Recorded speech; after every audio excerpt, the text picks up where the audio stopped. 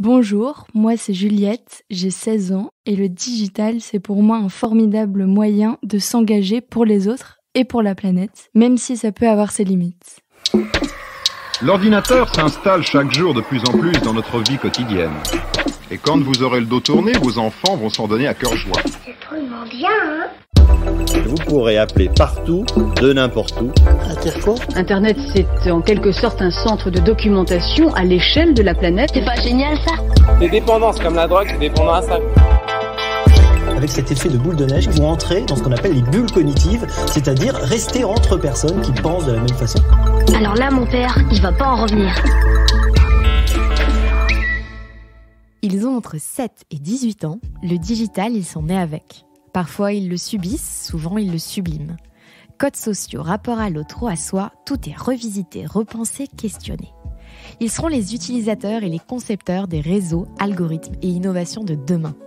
Dès aujourd'hui, leurs opinions, leurs doutes et leurs rêves nous éclairent. Tout est question de philosophie, même les codes les plus binaires. À nous de penser et de repenser ces mondes qui nous effraient ou nous fascinent. Parfois les deux. Bienvenue dans Philosophie, le podcast qui donne la parole aux jeunes générations sur leur rapport au digital et qui encourage leurs aînés à ne pas faire la sourde oreille. Animé par Marilyn Perronnet, fondatrice de Digital School, et moi-même, Solène Etienne, cofondatrice de Feuille Blanche.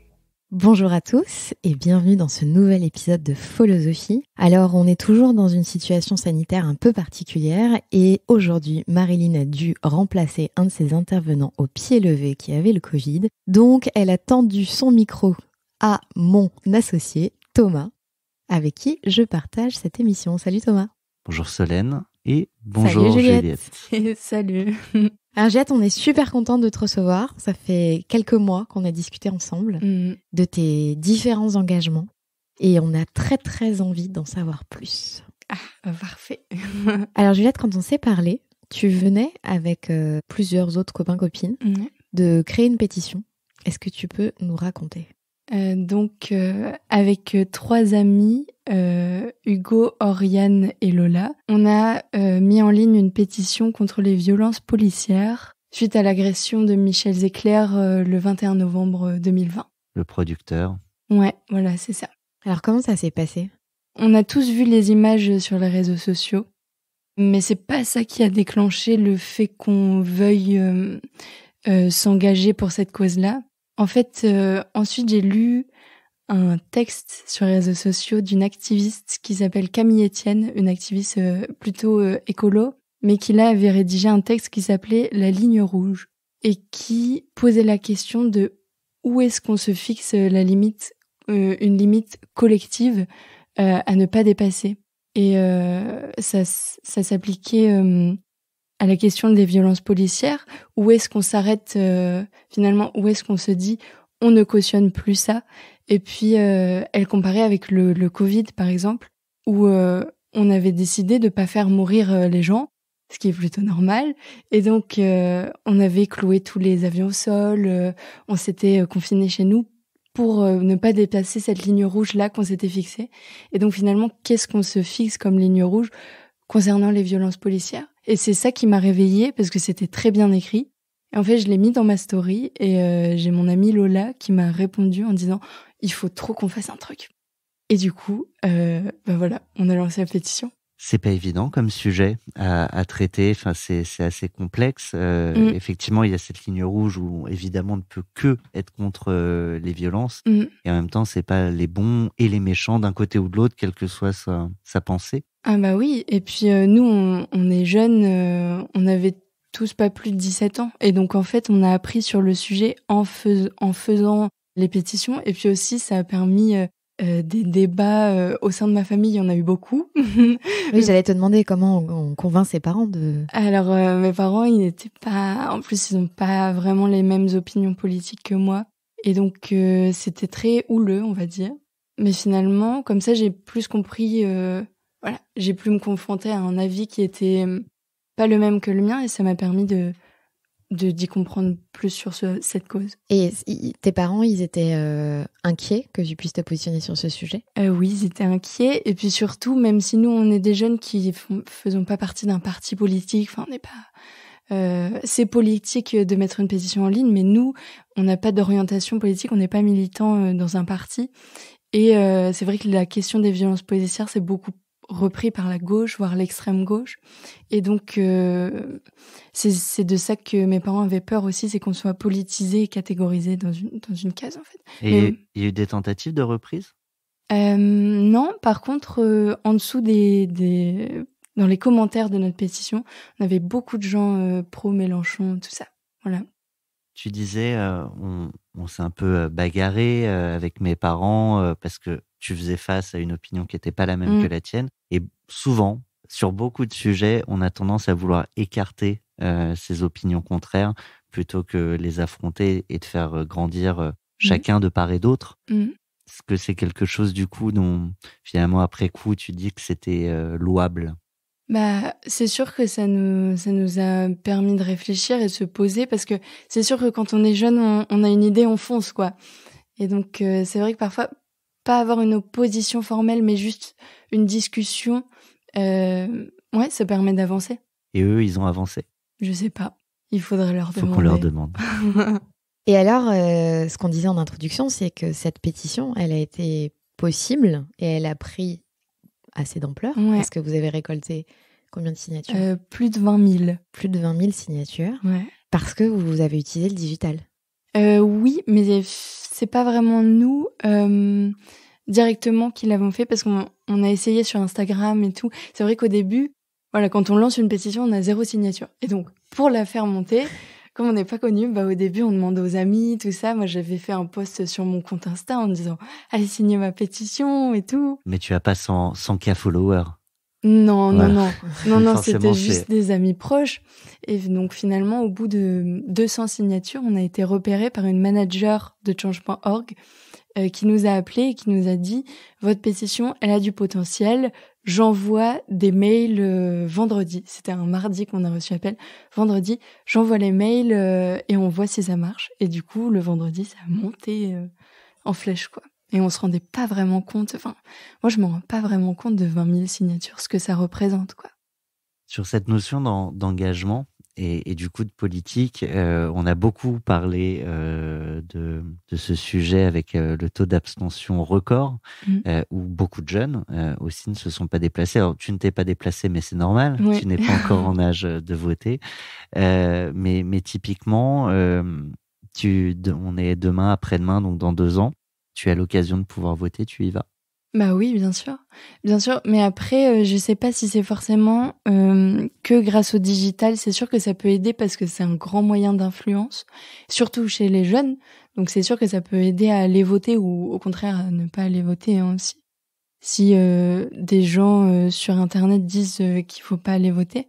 Mais c'est aussi une question d'éducation, je pense, et même à l'école, tout ça. C'est pas que le digital qui joue un rôle là-dedans. Mais le digital peut influencer, par contre. Oui, influencer dans le bon sens ou dans le mauvais sens.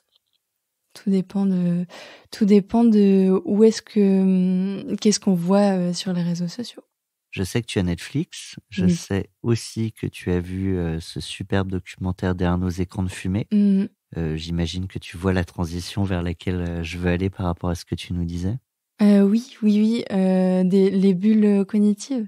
Oui, donc c'est sûr que les réseaux sociaux, c'est aussi dangereux dans le sens où chaque personne a un filtre en fait avec le monde via les réseaux sociaux, puisque les algorithmes nous proposent toujours ce qu'on aime. Donc finalement, moi sur mon Instagram, j'ai que de l'écologie et du féminisme parce que je regarde toujours ça. Et du coup, j'ai l'impression que le monde entier est écolo et féministe, alors qu'en fait, c'est pas vrai du tout. Et ça peut...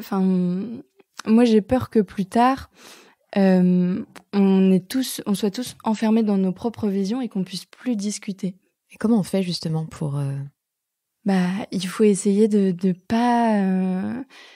ne pas dépendre que des réseaux sociaux et de mettre aussi en avant les discussions qu'on a entre amis, dans la famille. Discuter, moi je trouve que c'est essentiel. Tu parles de deux beaux combats importants, celui du féminisme et celui de l'écologie. Si on reste dans cette réflexion des bulles cognitives et souvent aussi de l'émotion poussée à l'extrême, est-ce qu'on n'a pas aussi, à travers ces réseaux sociaux, des combats qui peuvent être féministes, écologie ou n'importe quel autre combat, qui sont du coup de plus en plus radicales, qui se radicalisent? Est-ce que tu y assistes? Est-ce que tu as ce sentiment, toi, en ayant vu un docu comme celui-ci, que malgré tout, toi aussi, tu peux être poussé? Oui. Et puis, après, moi, j'arrive à faire la part des choses aussi, à modérer ce que je vois sur les réseaux sociaux. Mais c'est sûr que si jamais on like toujours des contenus de plus en plus écolos, mais de plus en plus vraiment radical, et on va nous proposer toujours de plus en plus ça. Donc on va être de plus en plus radical. En fait, c'est un cercle dans lequel il faut essayer de pas tomber. Qui veut dire qu'aujourd'hui, le meilleur moyen de lutter contre la radicalité, quelle qu'elle soit, c'est de ne pas cliquer. Il est là le pouvoir. C'est ça aussi, oui, c'est sûr. Et puis c'est aussi de discuter, moi je trouve. Alors, on parlait justement d'écologie. Je crois que tu as un autre engagement. Oui. Celui-là, il est plus récent que la pétition.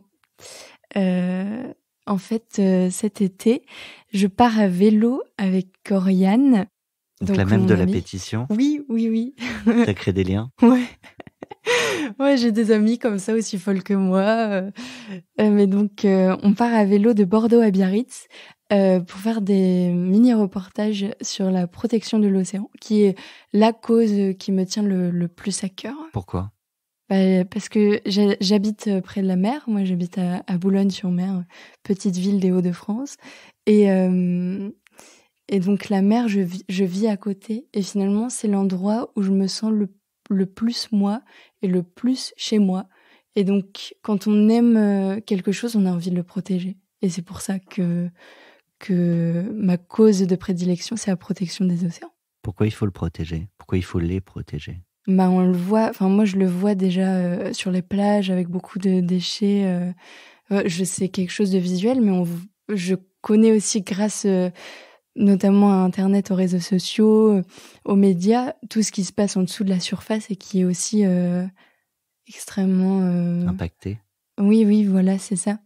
Et donc, je sais par exemple qu'il y a la moitié de la biodiversité marine qui a disparu en 50 ans. Et moi, ça me paraît tellement énorme. C'est comme si on voyait un aquarium et qu'on disait la moitié, ça n'existe plus. Et ça, c'est un chiffre qui m'a bouleversée. Ouais. Et du coup, ce que vous allez faire, c'est de la sensibilisation? Oui, et puis c'est aussi de l'apprentissage pour nous.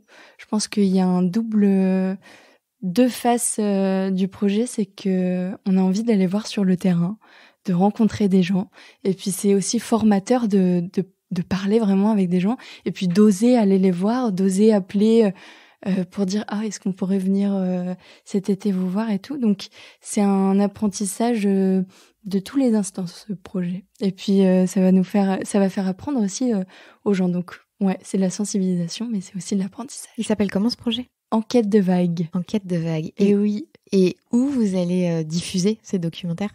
Justement sur les réseaux sociaux et sur YouTube. On va essayer d'être le plus accessible possible.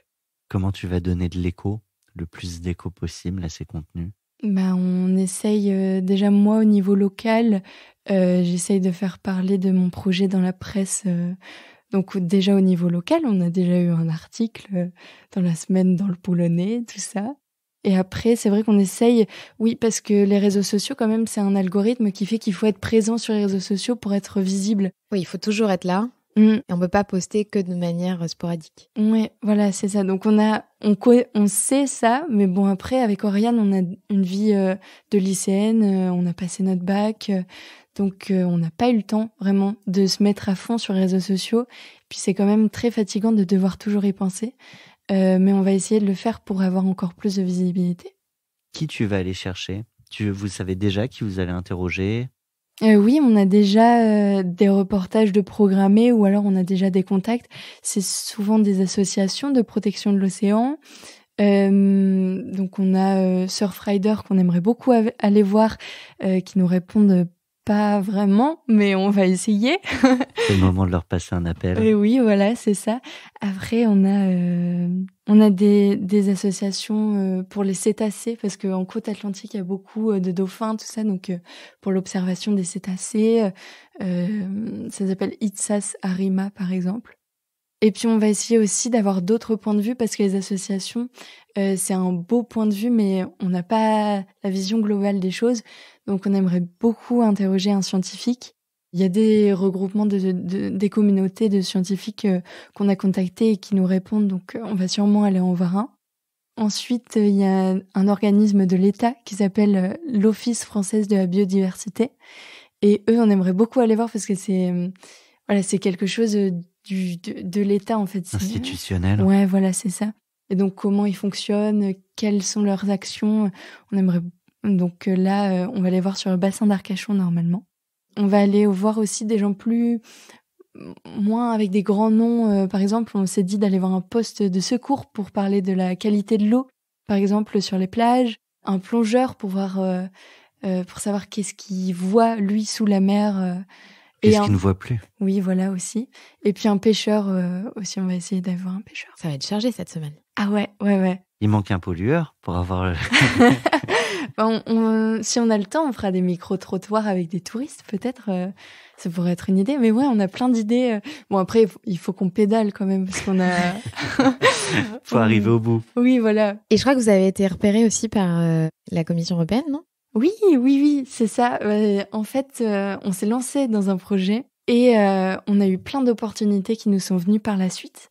Et donc ça, c'est vraiment... ce que je trouve extraordinaire. Et donc, moi, à Boulogne-sur-Mer, il y a le Centre national de la mer qui s'appelle Nausicaa, à qui j'ai envoyé un mail au responsable communication, pour parler de mon projet. Et cette responsable a transmis le mail à une initiative de la Commission européenne qui s'appelle Youth for Ocean et qui est basée aussi à Nausicaa. Youth, yes.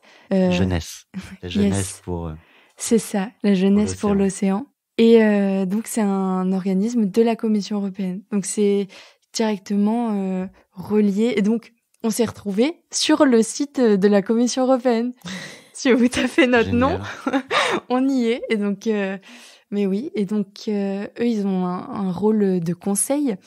Donc, ils nous aident, voilà. Et ils ont aussi beaucoup de contacts. Donc, ça nous aide beaucoup, même pour contacter les associations.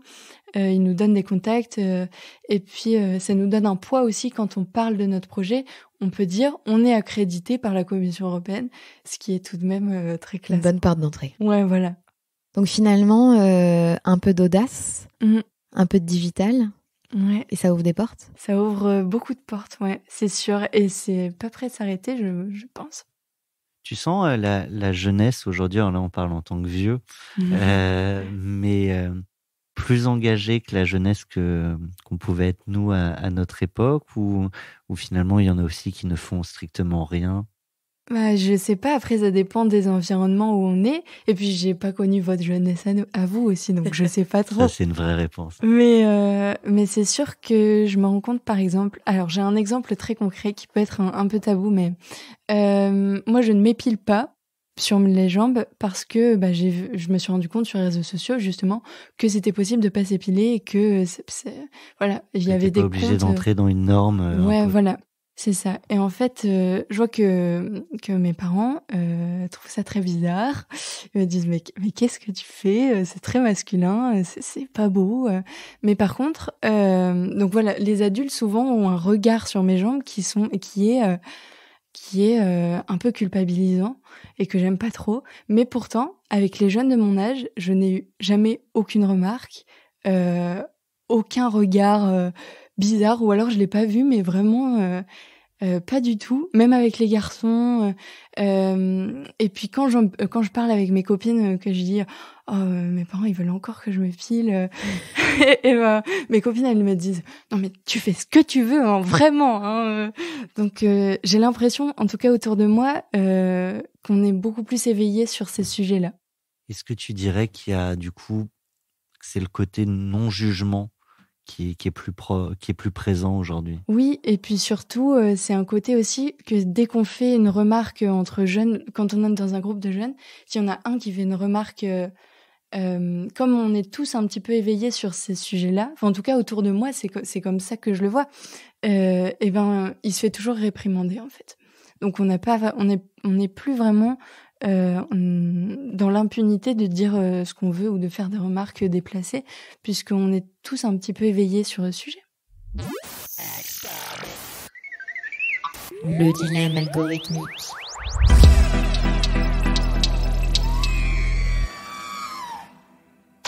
Tu viens de passer une partie de ton bac. Oui. Alors c'est pas une épreuve du bac, mais c'est le dilemme algorithmique de philosophie. Un dilemme d'ailleurs dont tu as peut-être déjà entendu parler, c'est des dilemmes sur lesquels se penchent nombre de personnes qui s'intéressent aux algorithmes, à l'intelligence artificielle, avec cet exemple de la voiture autonome. Et la question est la suivante. Tu es dans ta voiture autonome, tu la codes, et elle va tout droit, elle va vite. Et à un moment, il y a un petit vieux. Et je vais même rajouter « et ses petits-enfants » pour que le dilemme soit vraiment complet, qui arrive devant la voiture. La voiture a deux choix. Continuer sa route et écraser ou à minima renverser cette petite famille, ou se cracher dans un mur, mais peut-être te tuer toi et tuer la famille. Ça devient complet, qui est avec toi dans la voiture. C'est pas toi qui es au volant. De fait, tu n'as pas le choix. Donc, ça veut dire que tout se construit au moment où on code ce que doit faire la voiture dans une telle situation. Aujourd'hui, tu es la codeuse du jour. Que choisis-tu ?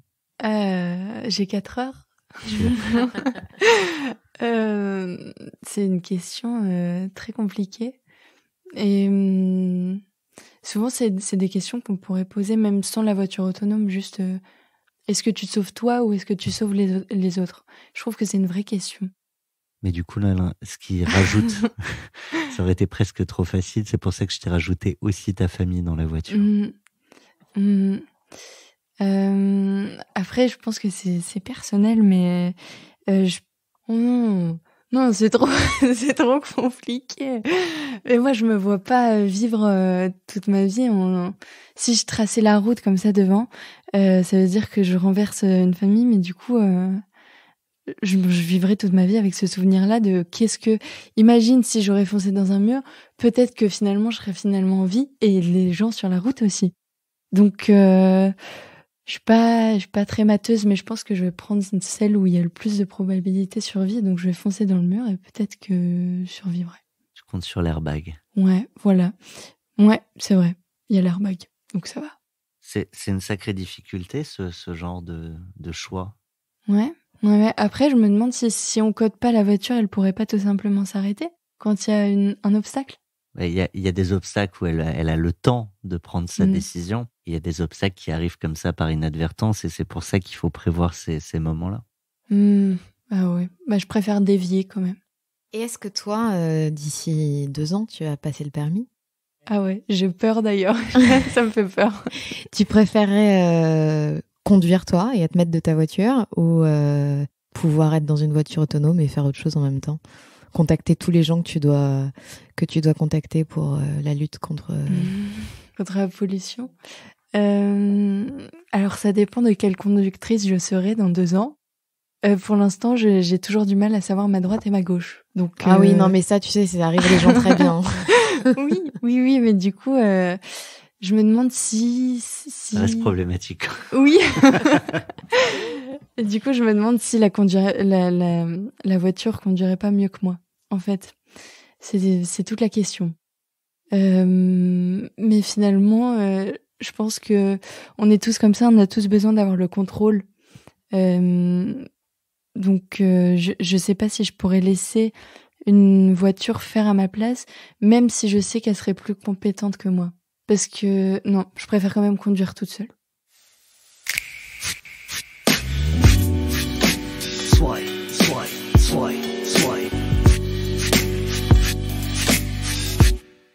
Tu connais le principe du grand swipe ? Ouais.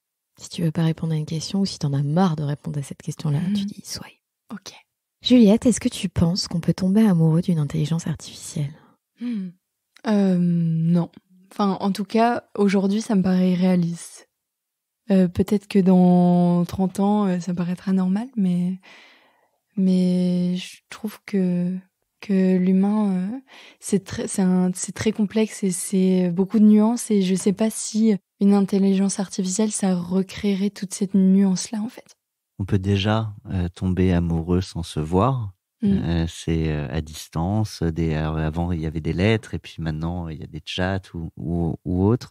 Et on a quand même maintenant aussi des robots qui sont capables de répondre à des questions qu'on peut leur poser. Du coup, je repose la question de Solène. Est-ce qu'avec l'innovation et les avancées en matière d'intelligence artificielle, notamment sur les échanges, tu penses qu'on pourra tomber amoureux d'une IA ? Est-ce que c'est souhaitable ? Est-ce que c'est possible ? Et puis après, si c'est possible, est-ce que c'est souhaitable ? Est-ce que c'est souhaitable ? Je ne sais pas. Je ne sais pas parce que... Qu'est-ce qui te fait hésiter, ouais ? En fait, j'ai vraiment... L'intelligence artificielle, c'est quelque chose qu'on connaît pas aujourd'hui, et donc ça me paraît totalement fou, en fait. Mais je me dis que peut-être dans le futur, peut-être que ça pourrait exister. Et est-ce que c'est souhaitable ? Ça dépend. Parce que finalement, même en étant humain, on peut tomber amoureux de quelqu'un qui est pas gentil, qui est toxique. L'intelligence artificielle, est-ce que ça enlèverait ce côté du danger de l'amour ? Je ne sais pas. Du coup, la réflexion, c'est ce que ça apporterait vaut mieux que ce que parfois l'amour apporte ? Peut-être, mais après, si c'est un long fleuve tranquille, je sais pas si c'est préférable non plus. À un moment, on risque de s'ennuyer. Ouais, peut-être aussi. Swipe. Est-ce que filtrer, c'est se tromper ? Filtrer, mettre un filtre ? Ouais. Se tromper. Moi, j'ai l'impression que oui. Parce que ça nous donne une fausse image de nous, et puis ça donne une fausse image de nous aux autres. Et donc, c'est pas du vrai, quoi. Donc, toi, tu en utilises ? Non. Et tes amis ? Pas trop. Parfois, c'est des filtres juste pour changer la couleur un petit peu de l'écran, mais avant, au collège, on en utilisait beaucoup. Donc c'est passé de mode ? Je sais pas si c'est passé de mode ou c'est parce qu'on grandit et on prend du recul dessus, mais maintenant, ça me paraît plus utile, en fait. Sur ce sujet, il y a beaucoup de jeunes filles qui ne peuvent plus se trouver jolies sans filtre, qui en viennent même à espérer, avant même d'avoir 18 ans, de passer par de la chirurgie pour ressembler à leur filtre. Ouais, j'avais entendu ça. Ça, c'est un vrai combat féministe. C'est sûr que c'est vrai. C'est sûr que dans la société où on est aujourd'hui, déjà l'apparence c'est important, mais encore plus avec les réseaux sociaux, j'ai l'impression que il faut absolument être parfait tout le temps. Et oui, bien sûr qu'il faut déculpabiliser et se dire que on est belle comme on est, quoi. Mais c'est vrai que c'est des messages qui sont véhiculés beaucoup sur les comptes féministes, tout ça. Swipe. Alors tu nous as dit tout à l'heure que toi t'avais jamais bloqué quelqu'un. Non. Sur les réseaux sociaux. Dans quelle situation tu peux imaginer qu'on puisse le faire ? Ou tu pourrais toi le faire ? Moi je pense au harcèlement, aux menaces, et puis au harcèlement sexuel je pense qu'il est important de rappeler que ça existe aussi sur les réseaux sociaux. Voilà, avec des photos que bien souvent ce sont des hommes qui envoient des photos de leur partie génitale aux jeunes filles comme ça, et finalement c'est une question de consentement. En fait, nous on n'a rien demandé, on n'a pas demandé ça, et donc. Tu connais des gens à qui c'est arrivé ? Oui, j'ai pas mal d'amis à qui c'est arrivé. Ouais. Et comment elles réagissent dans ces cas-là ? Qu'est-ce qu'on fait ? Écoutez, moi j'ai l'impression que je trouve ça triste, mais j'ai l'impression que elle trouve ça normal. Enfin, que c'est devenu presque un quotidien, quoi. Enfin, pas un quotidien, je veux dire, ça arrive pas tout le temps, mais que c'est devenu, voilà, une partie, un passage, voilà, c'est tout, quoi. C'est, tiens, j'ai reçu une photo comme ça aujourd'hui, c'est tout. Limite, elles en rigolent, quoi. Swipe. Est-ce que tu as l'impression que le digital fait évoluer les relations amoureuses, les relations amicales, en bien et en pas bien?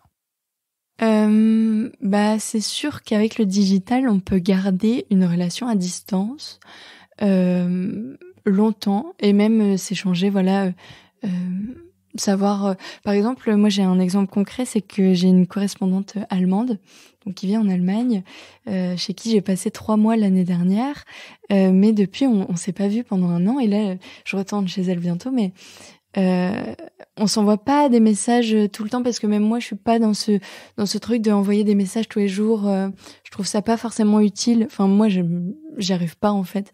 Mais par contre c'est toujours intéressant de voir un peu ce qu'elle fait dans sa vie, les nouveaux amis qu'elle se fait. On a l'impression de garder le contact et d'être proche finalement des gens.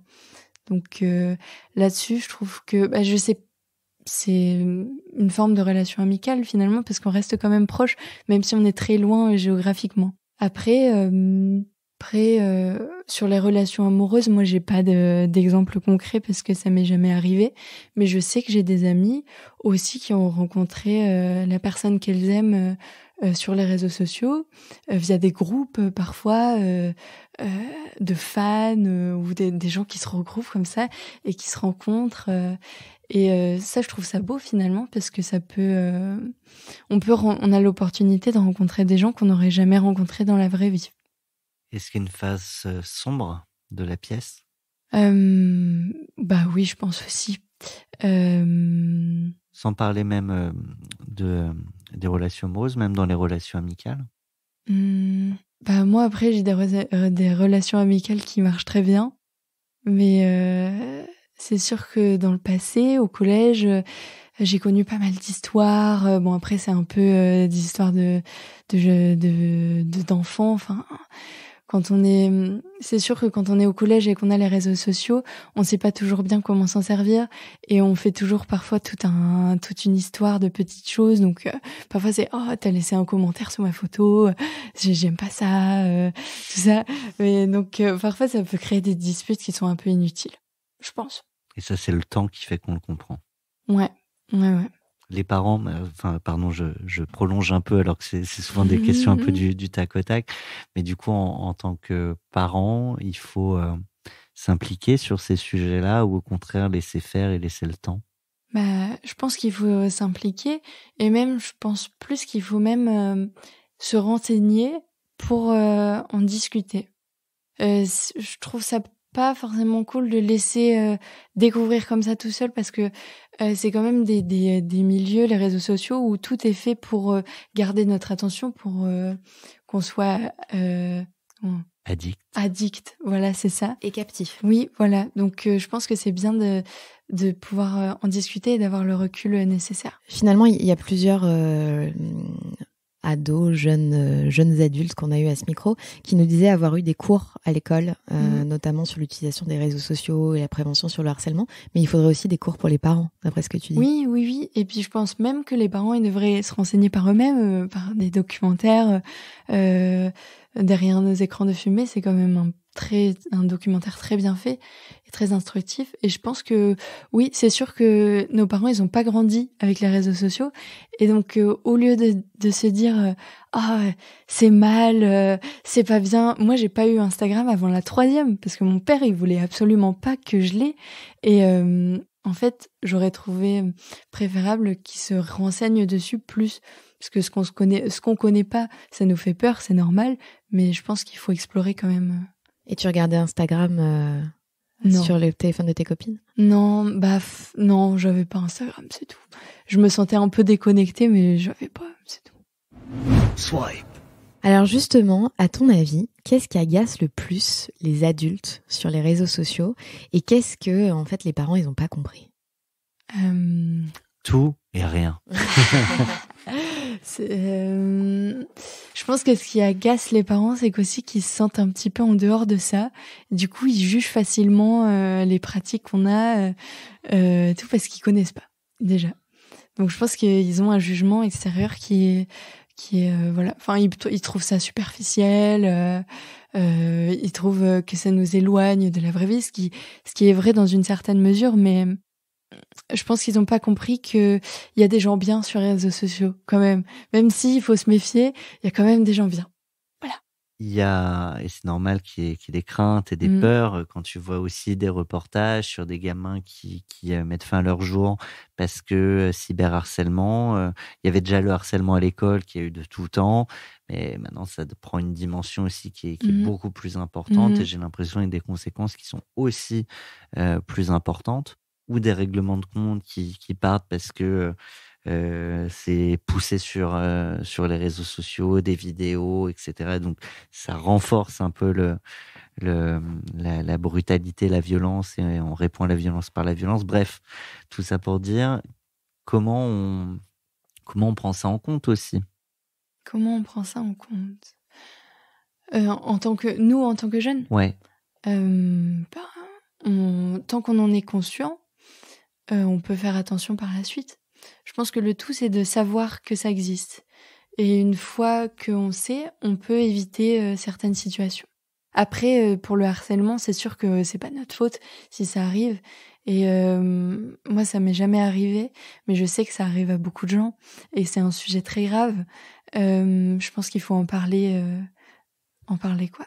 Tout à l'heure, tu parlais des groupes de jeunes qui, dès qu'il y avait une phrase un peu déplacée, se regrouper pour dire c'est pas normal de dire ça. Est-ce qu'il y a la même chose aujourd'hui pour un gamin qui est harcelé et tout un collectif qui sont pas forcément les leaders d'opinion de l'école, mais qui vont dire non, mais ça c'est plus possible? Ou est-ce que, comme nous à l'époque, il y en avait qui se faisaient frapper et puis beaucoup aussi se taisaient? Ça, c'est une bonne question parce que c'est vrai que j'ai l'impression que sur les réseaux sociaux, tout est exacerbé en fait. Et donc la violence l'est aussi. Et j'ai l'impression que sur les réseaux sociaux, quand c'est les gens violents qui s'expriment, ils peuvent le faire presque en toute impunité un petit peu, puisque il y a personne pour les contrer vraiment. Et j'ai l'impression aussi que dans ces cas-là, les gens plus gentils sont moins entendus. Parce que finalement, la violence, ça se voit plus. Swipe. Un swipe, mais avec une transition toute trouvée. La question de l'anonymat est beaucoup débattue en ce moment. T'en penses quoi? Il y a du pour et du contre encore. Oui, c'est toujours complexe. Des questions nuancées. Mais j'aime bien. Mais je sais que si jamais on dénonce une personne sur les réseaux sociaux, la police peut la retrouver même avec son pseudo. Enfin, j'ai entendu ça, je sais pas. Je pense que c'est vrai. C'est vrai, mais sur tous les signalements, il y a très peu de... Ah oui. En fait, ma question, je vais la pousser. Est-ce que si les gens communiquaient en leur nom, tu penses qu'il y aurait moins de violence? Oui, je pense qu'il y aurait moins de violence, mais il y aurait aussi moins de gens qui oseront s'exprimer. Parce qu'il y a beaucoup de gens timides. Même moi, au début... C'est quoi ton blaze, ton pseudo? Je sais pas comment on dit aujourd'hui, je suis vieux. Moi, je m'appelle Juliette avec mes initiales pour mon nom de famille. Mais donc, oui, moi, j'ai pas de pseudo. Mais c'est sûr qu'il y a des gens timides qui savent, même des comptes... je pense à des poètes, par exemple, qui s'expriment sur les réseaux sociaux. Moi, j'en connais autour de moi qui ont un compte et qui s'expriment là-dessus, qui oseraient pas le faire en leur nom parce que au lycée, on se moquerait d'eux ou alors on reprendrait leurs phrases devant eux, tout ça. Donc, ils s'expriment via des pseudos. C'est une manière aussi de pousser à la créativité. Oui, aussi. Et d'être plus libre. Swipe. Juliette, tous tes engagements, tu les as aussi faits dans le cadre d'une ONG qui s'appelle Sapiens. Ouais. Et dont on n'a pas parlé encore. Non. Je me dis que c'est le moment. Oui, c'est le moment.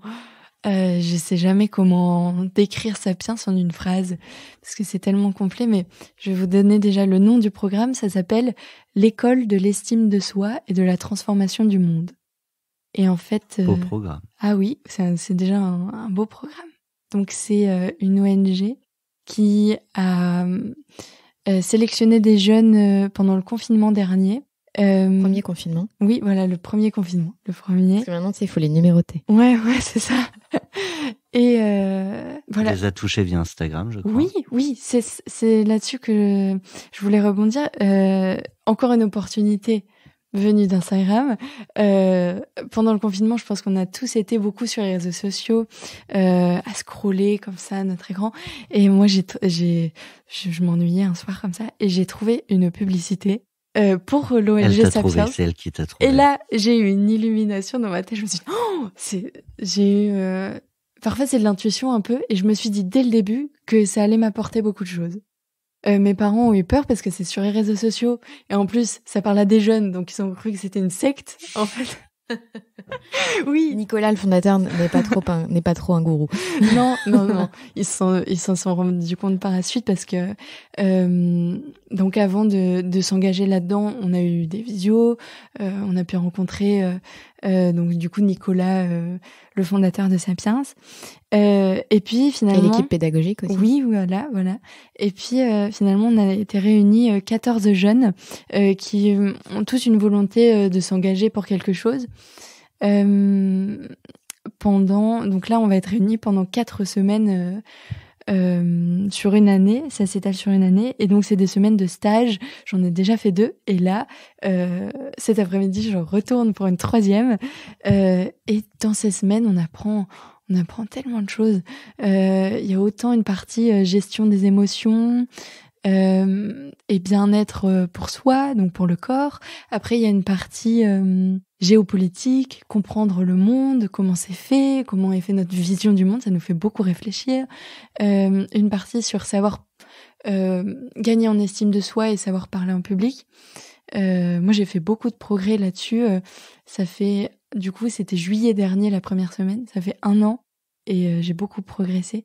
Et donc, oui, et ça nous aide aussi, ça nous apporte un soutien dans les projets qu'on va mener. Et vous avez des experts aussi qui viennent vous rendre visite. Oui, des experts. Bah oui, d'ailleurs, là, la semaine qui vient, on va avoir la chance de rencontrer Yann Arthus Bertrand, qui est un grand documentariste et qui nous accorde 1 heure de son temps juste pour nous.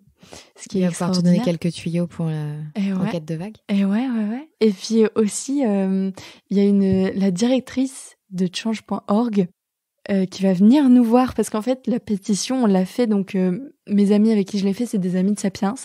Et donc, Nicolas, qui a beaucoup d'audace, il est resté en contact avec la manageuse de change.org et de fil en aiguille, il a réussi à contacter la directrice française de change.org. Du coup, elle vient nous voir aussi. Donc ouais, ça amène plein d'opportunités et c'est fou parce que ça vient d'Instagram, quoi.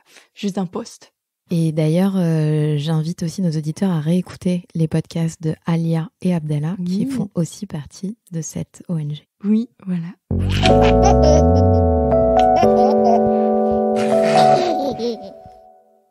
Qu'est-ce que toi, tu aurais envie de dire, Juliette, à la jeune génération par rapport à l'usage du digital et des réseaux sociaux ? J'aurais envie de dire, ne vous bloquez pas avec le regard des autres et faites ce qui vous fait vibrer en fait. Si vous aviez envie d'écrire des poèmes, sur Instagram, vous pouvez écrire des poèmes et les gens peuvent les lire et c'est extraordinaire. Si vous avez un projet, sur Instagram, ça peut prendre de l'ampleur et ça peut toucher plein de gens. Donc finalement, c'est sûr que on a au début la barrière du qu'est-ce qu'on va penser et surtout du cercle d'amis ou même du lycée, voilà, où les gens du lycée vont forcément être au courant de ce que vous allez faire et voilà, vont en parler, peut-être se moquer de vous, mais c'est tellement une belle opportunité et ça peut amener tellement de choses que faites ce que vous avez envie de faire en fait. Et à ton avis, qu'est-ce qu'on devrait faire pour faire connaître ce podcast ? Moi, je crois beaucoup à la solidarité dans le même milieu. Donc, je pense que vous devriez peut-être faire des partenariats avec d'autres gens qui font d'autres podcasts. T'as des idées ? Je connais pas beaucoup de podcasts, j'en écoute pas beaucoup, donc j'ai pas trop d'idées, mais je pense que... T'écoutes surtout Philosophie. Ouais, voilà. Philosophie, et j'écoute aussi Nouvel Oeil, qui est un beau podcast. Carrément. On te laisse choisir le tweet de l'émission ? Tweet de l'émission. C'est le tweet de l'émission. Attendez, j'ai pas d'inspiration. C'est trouver les opportunités. Juliette, merci beaucoup pour cet échange. Tu termines la première saison de Philosophie. Oh, c'est vrai ? Ouais. On voulait finir en beauté. On avait commencé cette saison avec une Juliette. On termine cette saison avec une autre Juliette. En tout cas, je souhaite à tous nos éditeurs un très bel été. Et n'oubliez pas d'écouter les 13 épisodes de cette première saison de Philosophie. Et si vous avez aimé, n'hésitez pas à partager, à liker et à nous donner les 5 étoiles qui nous permettent de gagner la guerre des algorithmes. On se donne rendez-vous à la rentrée avec Marilyn et Thomas. Si Marilyn veut bien. Salut Juliette. Salut.